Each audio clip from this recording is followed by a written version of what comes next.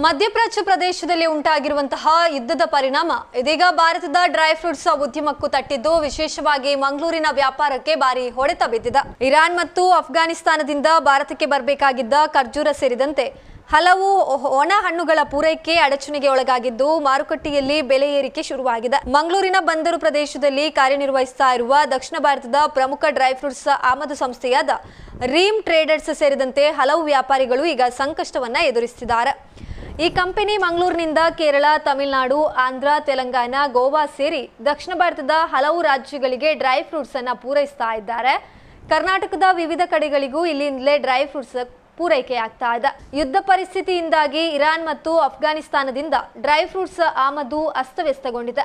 ಇದರ ಪರಿಣಾಮವಾಗಿ ಖರ್ಜೂರ ಸೇರಿದಂತೆ ಅಂಜೀರು, ಆಫ್ರಿಕಾಟ್, ಬಾದಾಮು, ಕಪ್ಪು ದ್ರಾಕ್ಷಿ, ಫೈನ್ ನಟ್ಸ್ ಸೇರಿದಂತೆ ಹಲವು ಒಣ ಹಣ್ಣುಗಳ ಬೆಲೆಗಳು 15% 20% ಏರಿಕೆ ಕಂಡಿದೆ.